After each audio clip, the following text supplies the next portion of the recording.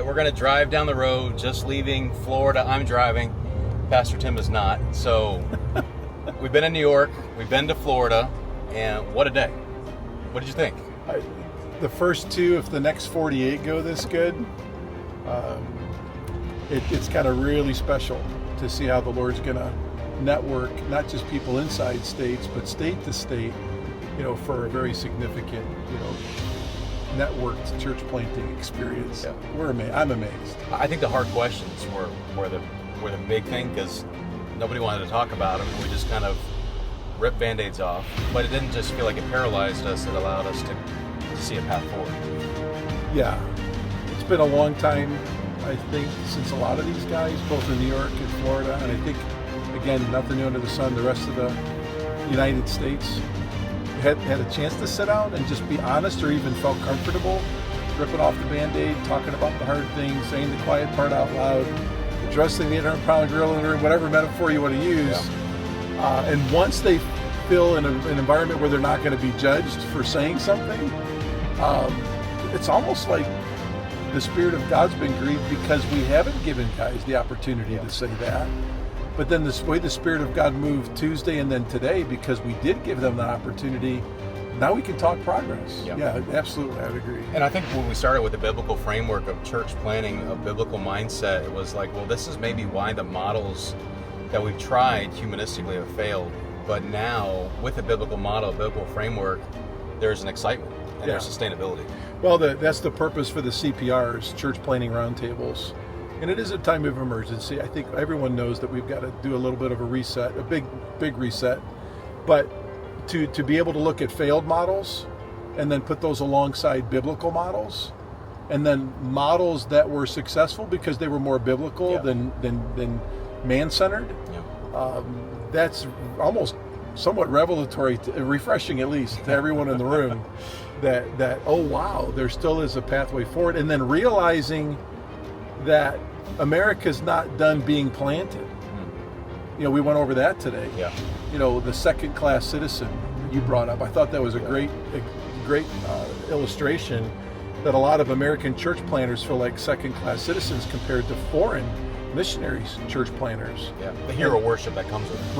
Right. And then being able to talk together, how our identity is really in Christ, and when we do His mission, it's equally important no matter where we are in the world. Sure.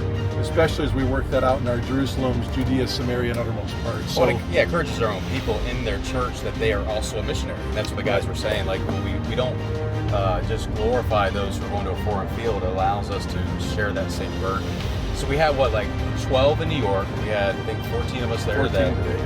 And I thought the most special time is when the pastors collectively said, well, what do you as a church planter need that I as an established church can do? And to step up the plate. And we're talking we want to give gifts. We want to take care of it. We want to pray for you. How do we connect this? To me, it was the most special part. Well, just getting people, we started the day, and half the pastors around the table is I've never thought about as an established pastor even planting. I don't even know that it's a burden now of mine now. And then by the end of the day saying, oh, you know what? I think I can start praying about this. And then even participating. And even training our people. We heard that a lot today. I'm going to go back and tell my mission committee to change the wording to an Acts 1:8 mindset. That was awesome. Let's saturate our Jerusalem and our Judea, Samaria with planting, and then uttermost parts with planting across the pond, so to speak. It's interesting what I think we're finding out, that we're making a lot more progress in these than we actually thought we were going to make. And then we finish with, where are the current church plants that we can support together as local churches? And then do we have any prospective planters? And then we just bathe it all in prayer and wait for God to send the right guys through our churches to plant together. So I'm don't despise the day of small things. It seems like, I don't know, man.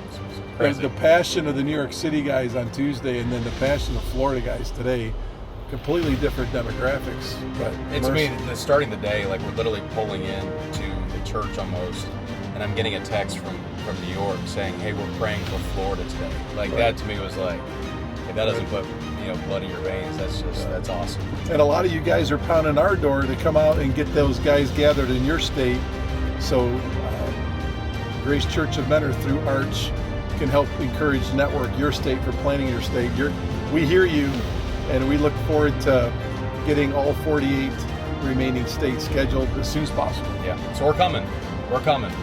Thanks, Pastor Tim. We're on our way to the airport, drop him off. We will do this again, probably just a couple of weeks. But what a great, exciting week. Thanks for your prayers. Thanks for your support as we go forward. We had a man buy lunch today for all of the pastors there. That was special. Cool. And thanks to Pastor Clapprich and Calvary Baptist for hosting us. For sure. And teamwork makes the dream work, and we'll be in touch soon. Sounds good. Thanks, guys.